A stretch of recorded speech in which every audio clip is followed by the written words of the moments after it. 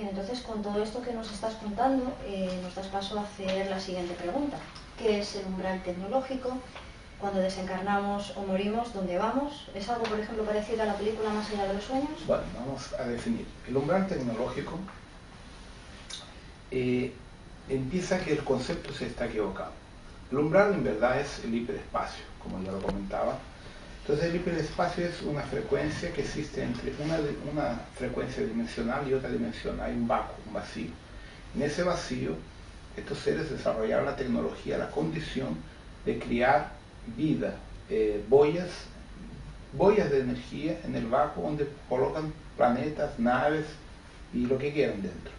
Y aquí en la Tierra, en esos niveles dimensionales, ellos descubrieron que podían crear las prisiones, las cárceles de sufrimiento de las personas que se encarnan en la Tierra, en energía negativa. Entonces eso lo llaman las personas de infierno. Hay 7 niveles de infierno, cada uno con 7 frecuencias, son 49 infiernos. Entonces, normalmente entre el tercero y el quinto está la parte de la nanotecnología, los implantes, los clones, y la gente que muere en sufrimiento por dependencia química, suicidio, sexo, lo que sea. Abajo de eso, a partir de la sexta planta, empieza la parte tecnológica, donde están los grises, los greys, los reptilianos.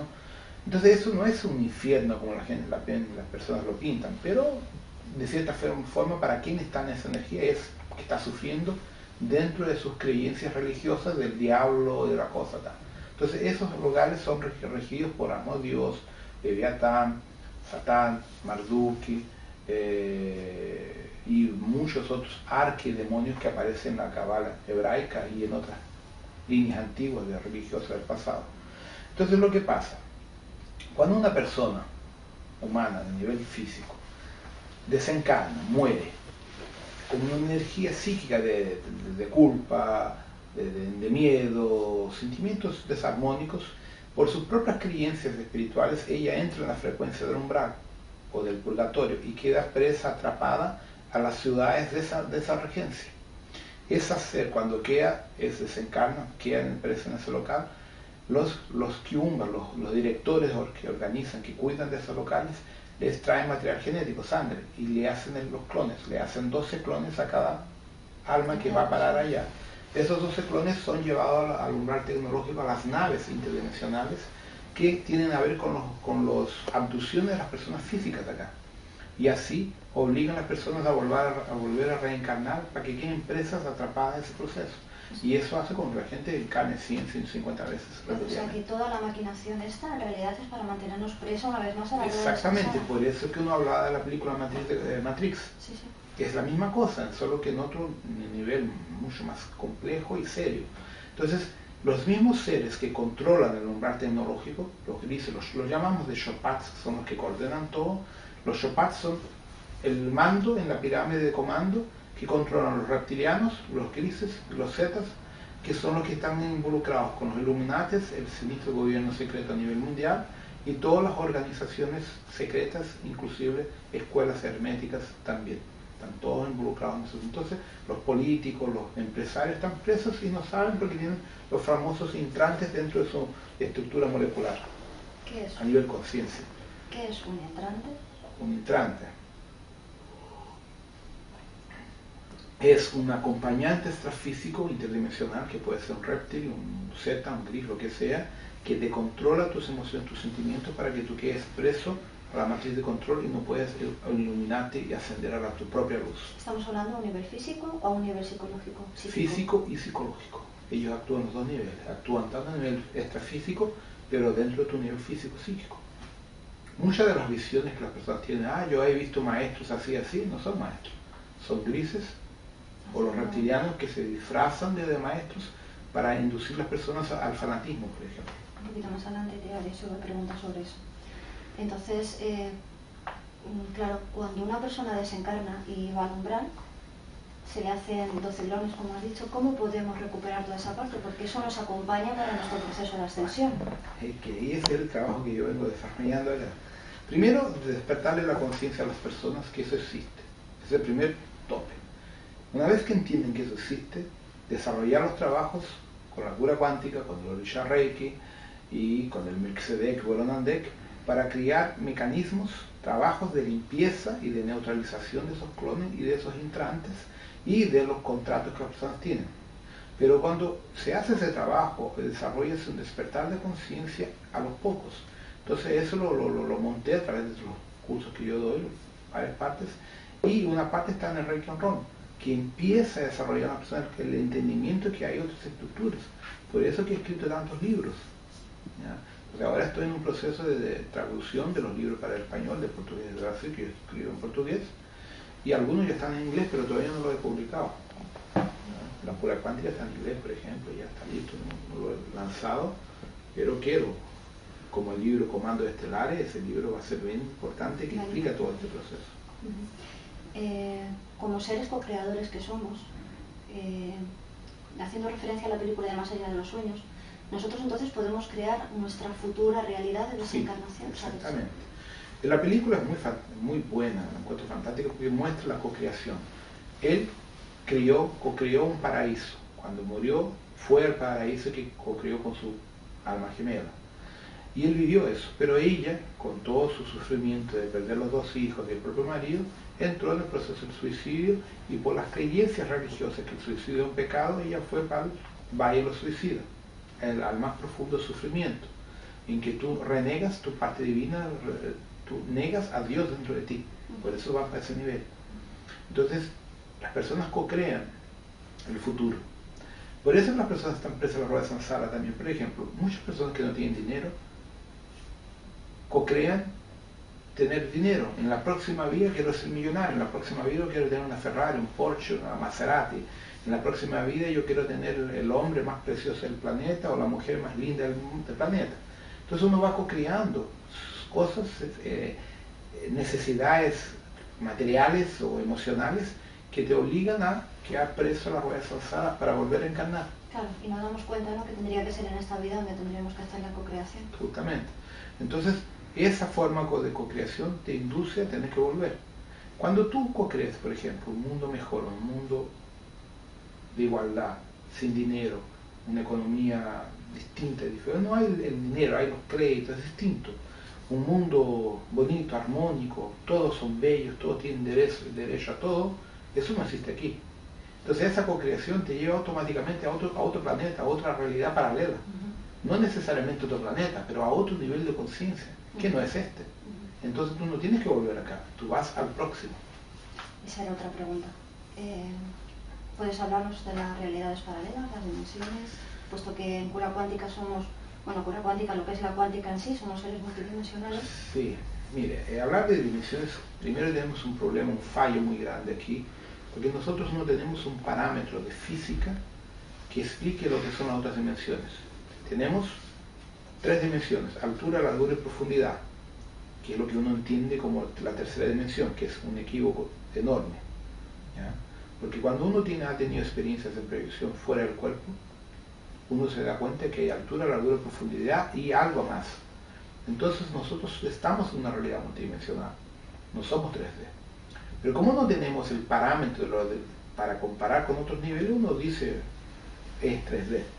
Entonces, por ejemplo, en física, cuando uno estudia la estructura del átomo, cuando tú excitas el electrón 1026 veces, él se desintegra y pasa a otro nivel dimensional, a una hipotética cuarta o quinta dimensión, lo que sea.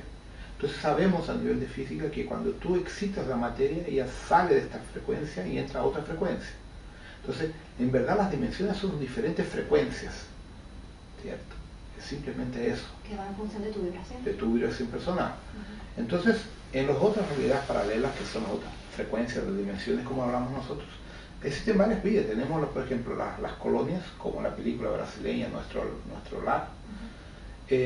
Hay colonias de gente que ha muerto y que está iluminada, que son maestros ascendidos, que están en otro nivel por encima de nosotros, sobre las grandes ciudades, ayudando al despertar, el desarrollo, a la sanación de quien está aquí todavía, y van a hacer los rescates del umbral. Tenemos las realidades paralelas de los reptilianos, de los grises, que no son iguales. Tenemos las realidades paralelas también de los maestros ascendidos a un nivel superior. Tenemos las realidades paralelas de Shambhala, Ágata, mundos intraterrenos. Hay varias realidades paralelas. Y cada uno tiene una frecuencia. y uno se conecta a eso de acuerdo con su energía personal. ¿Sí? Entonces, a medida que uno va desarrollando la conciencia, va entendiendo ese proceso, empieza a conectarse con las frecuencias que están en su conciencia y en su corazón.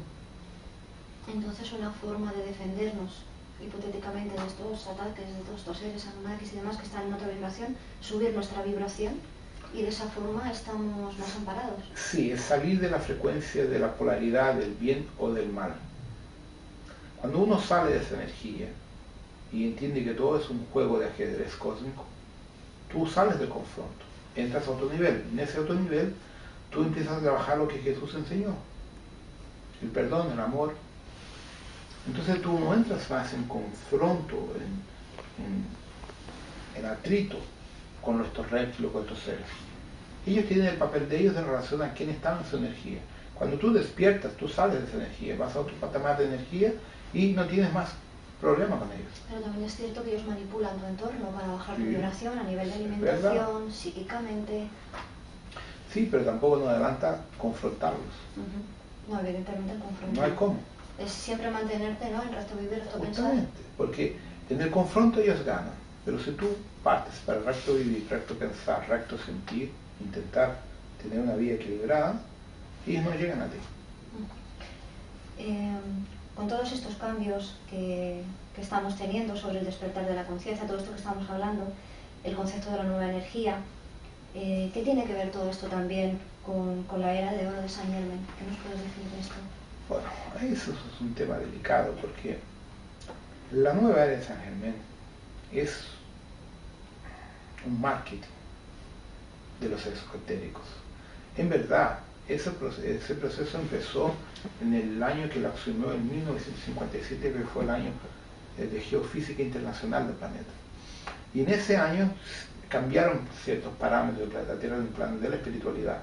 Y con la convergencia armónica en el 87, en agosto del 87, se cumplieron otros aspectos que colocaron la Tierra en una situación con un cinturón de fotones en la jerarquía de espiritual galáctica. Eso es conectado a la era de oro de Saint Germain, no lo que las personas piensan. Entonces, la era de oro de Saint Germain es conectar la operación rescate en la frecuencia que le corresponde a cada alma a nivel espiritual, físico e interdimensional del planeta Tierra en relación a las 49 federaciones galácticas con sede en Alcione de Pleiades. Entonces ahí uno empieza a tener un aspecto de entendimiento más distinto de lo que es la nueva era de oro de Saint Germain. Porque el nombre de Saint Germain a nivel de maestro ascendido es otro. Es el que se usa porque el que la gente tiene, pero la frecuencia para el planeta, la frecuencia para el cosmos es otro nombre, otra conexión. En base a esto, entonces, ¿qué nos puedes hablar, qué nos puedes decir sobre la jerarquía espiritual? Porque también en tu material nos comentas que la energía no es solo una, o sea, es solo una con diferentes niveles o frecuencias, con lo cual, cada vez que se nos presenta un maestro, ¿es realmente la imagen que nosotros necesitamos ver, es esa proyección mental, o realmente es la energía de ese maestro? Normalmente ellos usan apariencias humanas para llegar a nosotros porque nosotros aceptamos esa energía. Si viene un maestro que es de una raza reptiliana, un maestro que es un insecto, un maestro que es, por ejemplo, una ballena, un golfino, un gato, lo que sea, no lo vamos a entender, no lo vamos a aceptar porque tenemos un problema de racismo muy grande entre nosotros acá. Nosotros no aceptamos formas de vida inteligente que no sean humanas. Entonces tenemos un problema serio para resolver a nivel racial. Entonces, primer aspecto, tenemos diferentes cosas a entender. Existe la jerarquía espiritual de la Tierra, que es una cosa, que está involucrada con el proceso evolutivo de la humanidad y de quien está aquí en la rueda de Sansara, y existen las jerarquías espirituales galácticas, pertinentes a cada fraternidad. Sirius tiene la fraternidad azul de Sirius, involucrada con la de la Tierra. Orion tiene la fraternidad rosada de Orion. Arcturus tiene la fraternidad púrpura de Orion. Toliman o Alfa Centauro tiene la fraternidad plateada. Pleiades, la dorada. Canopus, la cristal. Entonces cada uno tiene una frecuencia. Todo eso hace parte del Consejo Kumara Galáctico, de la Orden Kumara. Entonces son varias jerarquías que tienen en común el control, el control evolucionario de cada planeta, cada sistema planetario, que tiene que ver con los órdenes, con el famoso Melquisedec, que significa Señor del mundo, ¿ya? Que es interesante que en aramaico es Melquisedec, en Urubá afro-brasileño es Ubaluayé, es la misma cosa, que es uno de los orishas más importantes en los procesos de transmutación planetaria. Entonces tenemos jerarquías. Ahora, los maestros de otros sistemas, por ejemplo, piensen, los seres que viven dentro de Sirius Alpha. Sirius Alpha no es un planeta, es una estrella. Hay que entenderlo. Hay seres que viven en la evolución de una estrella, no de planetas. Entonces los Sirius Alpha son energía que evolucionaron de razas de hombres pájaro y de hombres gato. Ya no tienen más esa apariencia. Entonces cuando se conectan con nosotros usan la forma humana, que es lo que uno acepta. Tú coges los canopianos, que nunca fueron humanos tampoco. Hubieron humanoides, pero no humanos igual a nosotros. Ellos tampoco tienen más esas energías, entonces usan lo que llega a nosotros. Los antarianos, casi todos los antarianos son insectoides, vienen de la evolución de los insectos, e incluso anfibios. Entonces cuando llegan a nosotros usan una forma humana que uno lo acepte por la historia del miedo. Así como gran parte de los pleiades son reptilianos también, no son humanos.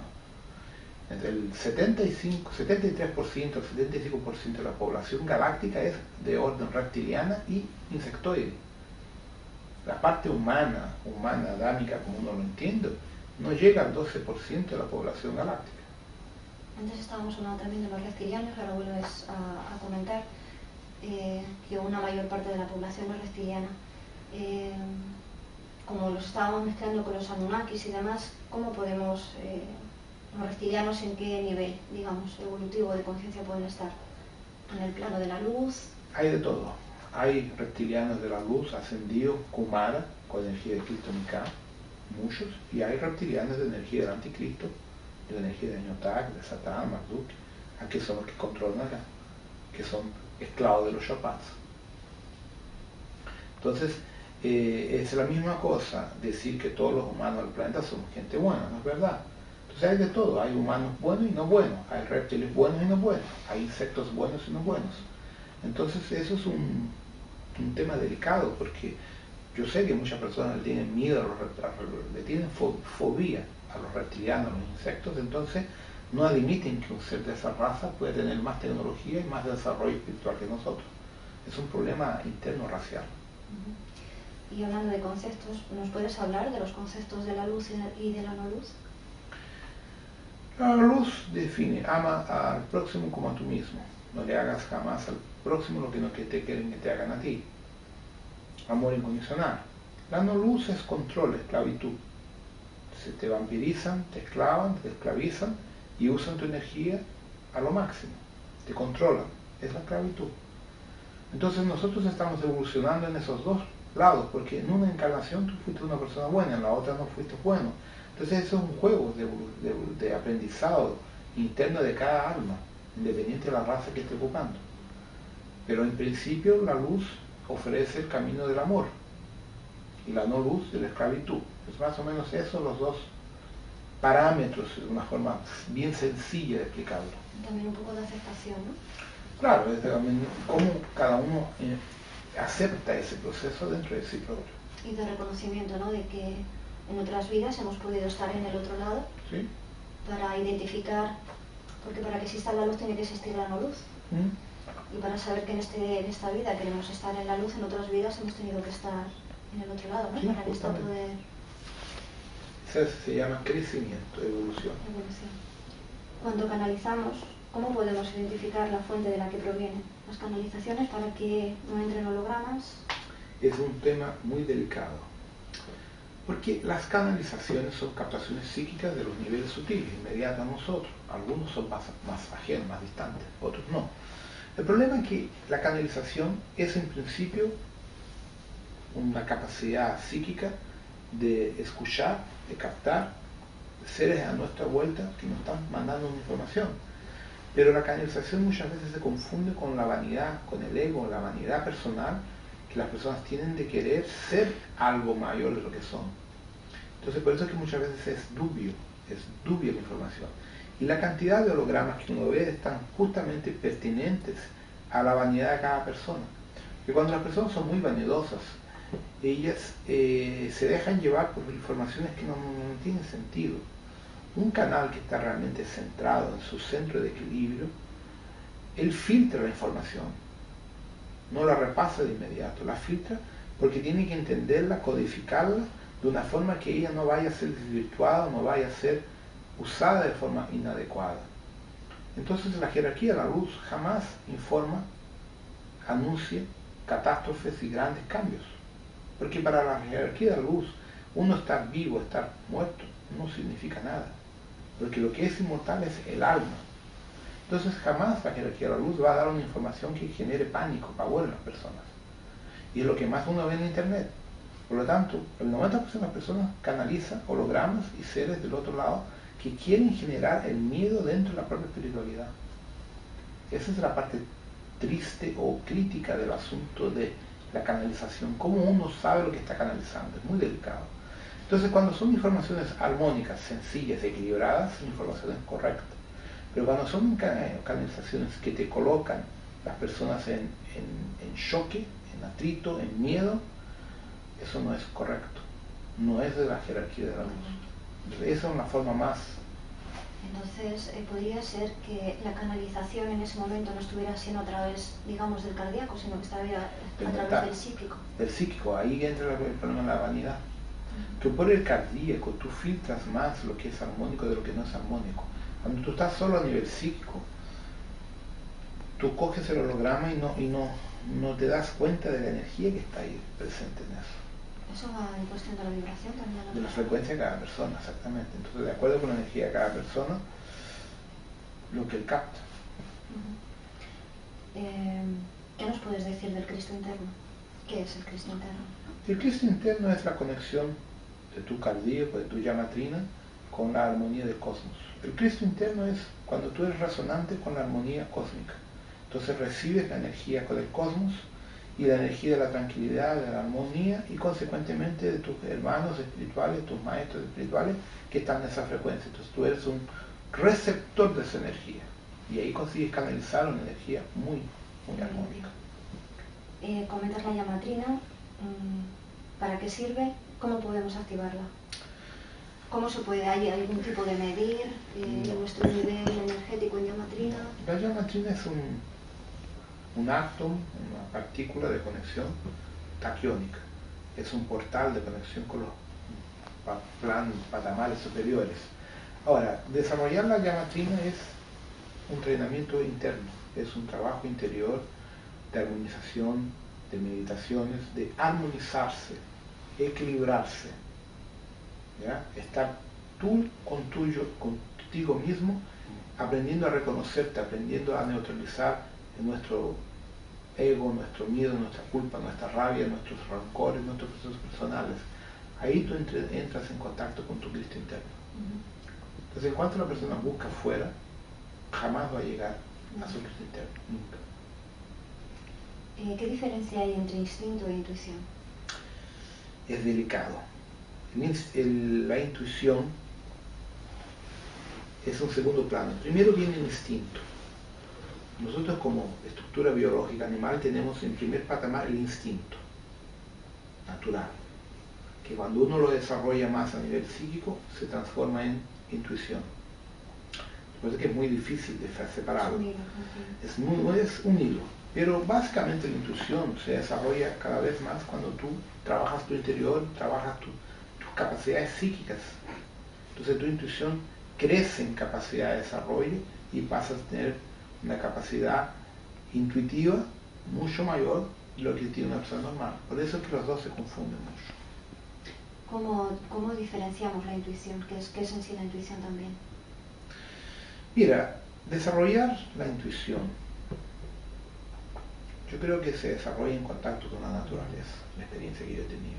Montaña, contacto con los devas de la naturaleza, con la estructura del planeta, empiezas a sentirlos, empiezas a sentir la energía y eso te desarrolla tu intuición y toda la capacidad que envuelve la intuición y instinto, los dos. Pues hay otra pregunta también, son temas que también están mucho ahora mismo en la actualidad. suscita mucho interés y son los nuevos niños o niños índigo, cristal, arcoíris. ¿Qué diferencia hay entre ellos? ¿Qué nos puedes decir?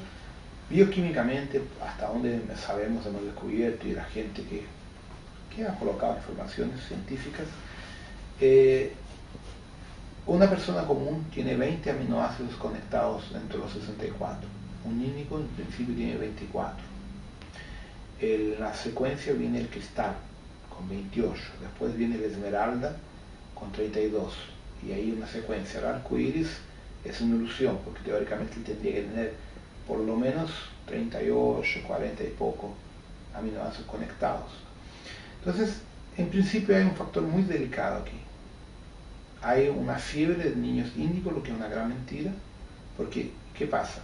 El estudio científico ha demostrado que los niños actualmente han desarrollado una capacidad psíquica superior a lo que una persona de los años 70 desarrollaba. En los años 70 el coeficiente intelectual era de 90 puntos en media, hoy es de 114. O sea, los niños de hoy son más inteligentes que nosotros, en la misma edad. Los niños de hoy ya saben usar ordenadores, nacen sabiendo.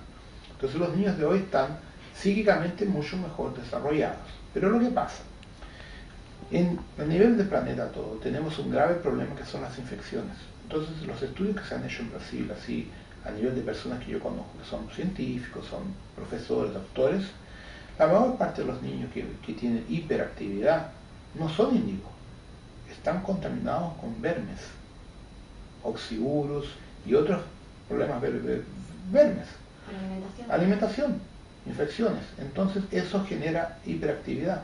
Si tú le das a esos niños los remedios correspondientes de hierbas, por ejemplo, o los mismos, los químicos comunes, se normalizan, se tranquilizan. Eso es un factor real. Ahora, ¿existen índigos? Existen, pero no es el 100%, es una cantidad pequeña de niños. Básicamente un índigo tiene un coeficiente intelectual mínimo de 120 puntos, de ahí para más. Y muchos de estos hiperactivos que tú los ves no tienen 100 puntos, 110, cuanto mucho. Entonces las personas confunden los índigos con los hiperactivos, ¿ya? Eso es un factor que es importante que sea evaluado de una forma correcta. Ahora, técnicamente están viniendo nuevos seres para acá, están viniendo maestros a encarnar que tienen una condición genética índigo. Ahora, eso no es de ahora. La internet cuando dicen que llegó a los años 80 es mentira. Blavatsky fue una índigo de su época, Jesús también, Kutumi, Gandhi, Krishnamurti, Rudolf Steiner. O sea, esas personas que marcaron época en su momento eran lo que uno llama hoy de índigo. Por lo tanto, los índigos siempre existieron. Comparados a la época que vivieron, eran los índigos que se habla hoy, o los cristales. Entonces la Tierra siempre llegaron seres de luz a encarnar acá, que fueron los parámetros de nuestro crecimiento consciencial, esotérico. Muchos de los cientistas, Einstein, para la época, un índigo, Planck, un índigo, todos los grandes científicos, los grandes matemáticos que se destacaron, eran índigos para su época. Entonces hay que rever mucho esos conceptos. Da Vinci era un índigo, o sea, un cristal, lo que fuera. Eran personas arriba de la media en la época que vivieron, y tal vez hasta la época de hoy. ¿Hay alguna forma de saber, aparte de, bueno, pues por la hiperactividad que nos comentas, ¿hay alguna forma más de saber si un niño es índigo o es...?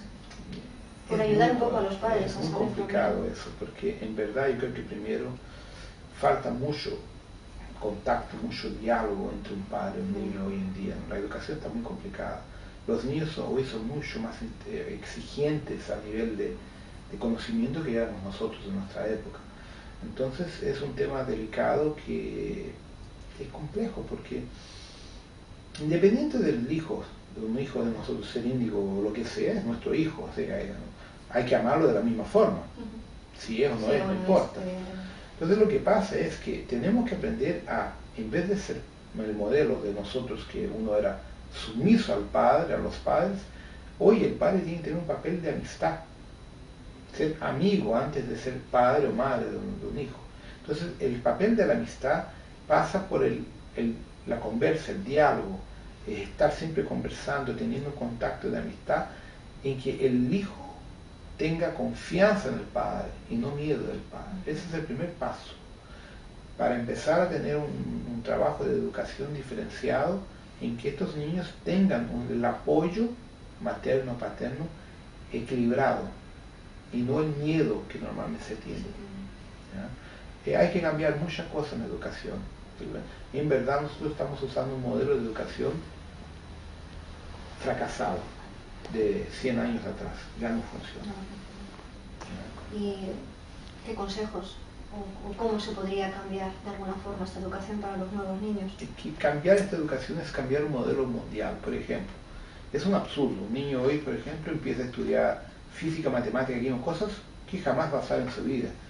Entonces, muchas veces los niños tienen una capacidad de creatividad, de cosas mucho mejor que tienen que aprovechar ahora.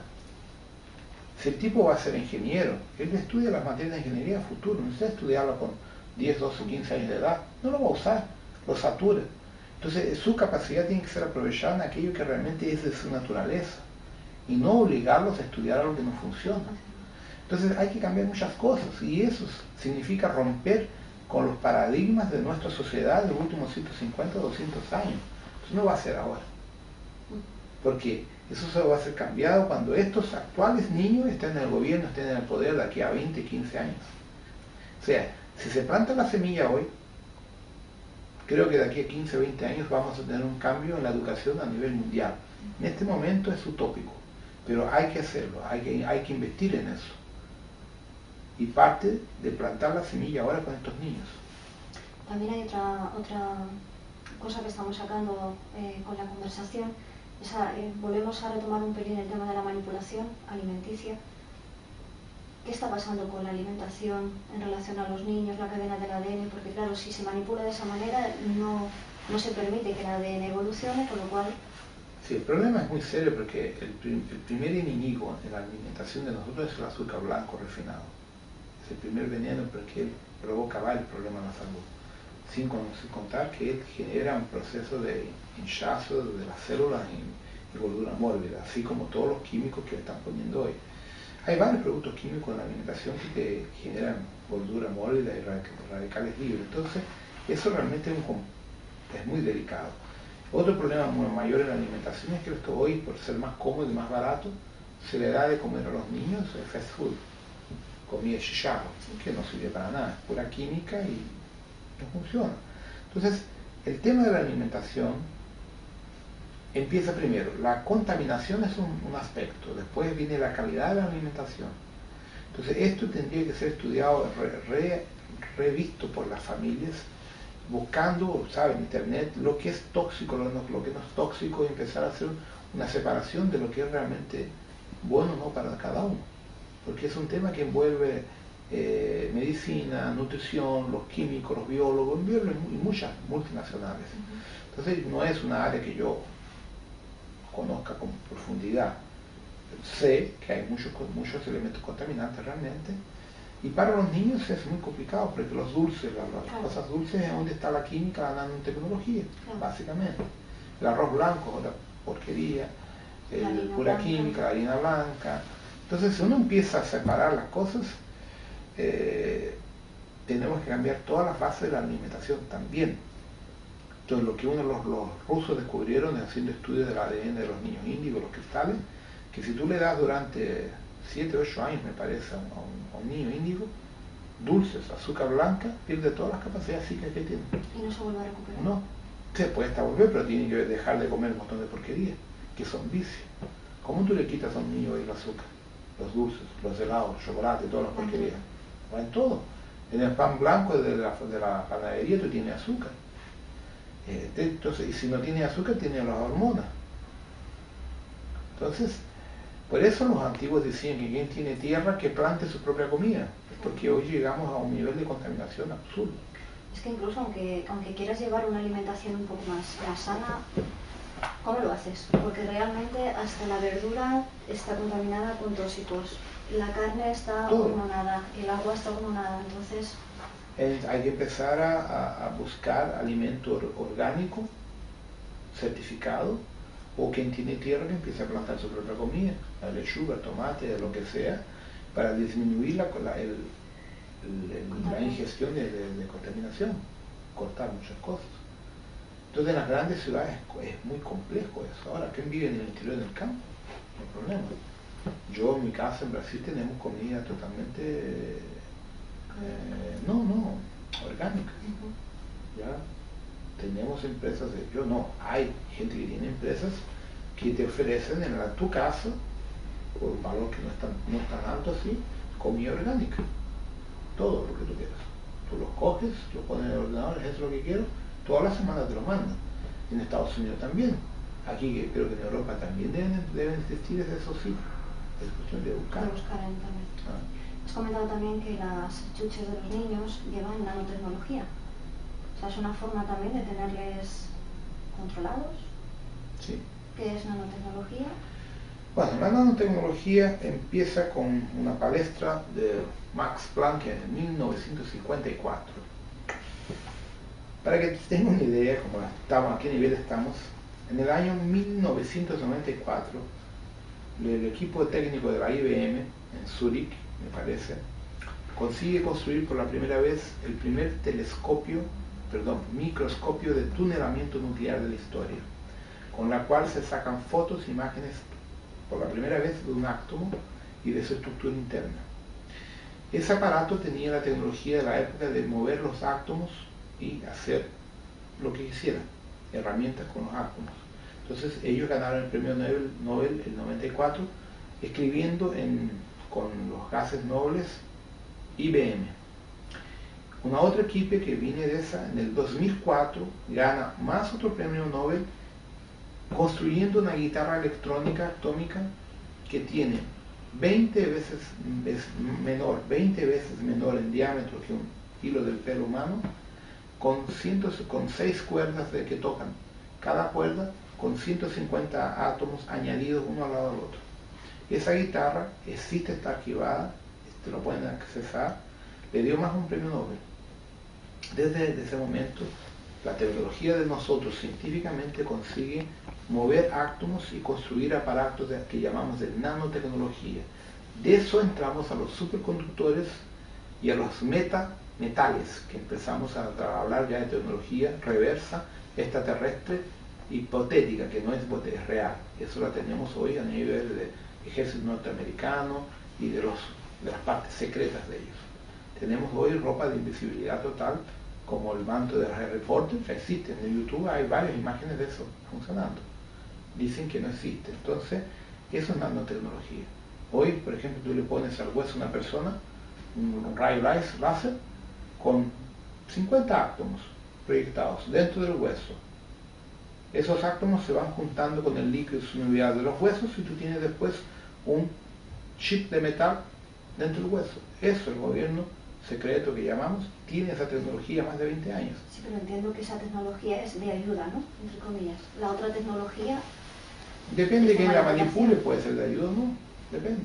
Hoy la nanotecnología, por ejemplo, hace poco tiempo leí un artículo en una revista científica médica, están cogiendo algas marinas, cogen el ADN de la alga marina, que es compatible con alguna estructura humana, y le ponen microprocesadores de silicio con informaciones y se lo implantan en el cerebro humano para personas que son parapléjicas. La medicina está usando nanotecnología hoy. Entonces depende de quién manipula eso. Bueno, pues si tienes alguna cosa más que comentarnos o la jerarquía quiere dar un mensaje. El mensaje que se puede conectar a todos es: vivan de una forma, de un recto vivir, recto pensar. Cuando ustedes generan eso dentro de ustedes y co-crean que hoy yo voy a ser mejor de lo que fui ayer, diariamente, ustedes están co-creando una condición psíquica y espiritual de ser personas correctas, ser personas que van a por lo menos intentar, y no se van a dejar llevar por las situaciones de momento que no son armónicas. Básicamente, estamos aquí para aprender. Entonces, este planeta es una escuela. ¿Quién busca recto pensar, recto vivir? La escuela más rápida. ¿Quién busca al otro lado? La escuela es más demorada. Básicamente eso. También es un engaño. Depende cómo uno lo vea, ¿no? normalmente uno se queda más tiempo aquí porque se engaña demasiado, ¿no? Claro. Pero hay muchas personas que son buenas de corazón, que están engañadas, pero son buenas de corazón, están siguiendo los dogmas. Cuando ellos se despiertan y se dan cuenta que el Cristo está dentro y no fuera, que no necesitan de gurús, de maestros, de nada, siguen su camino y se reconectan.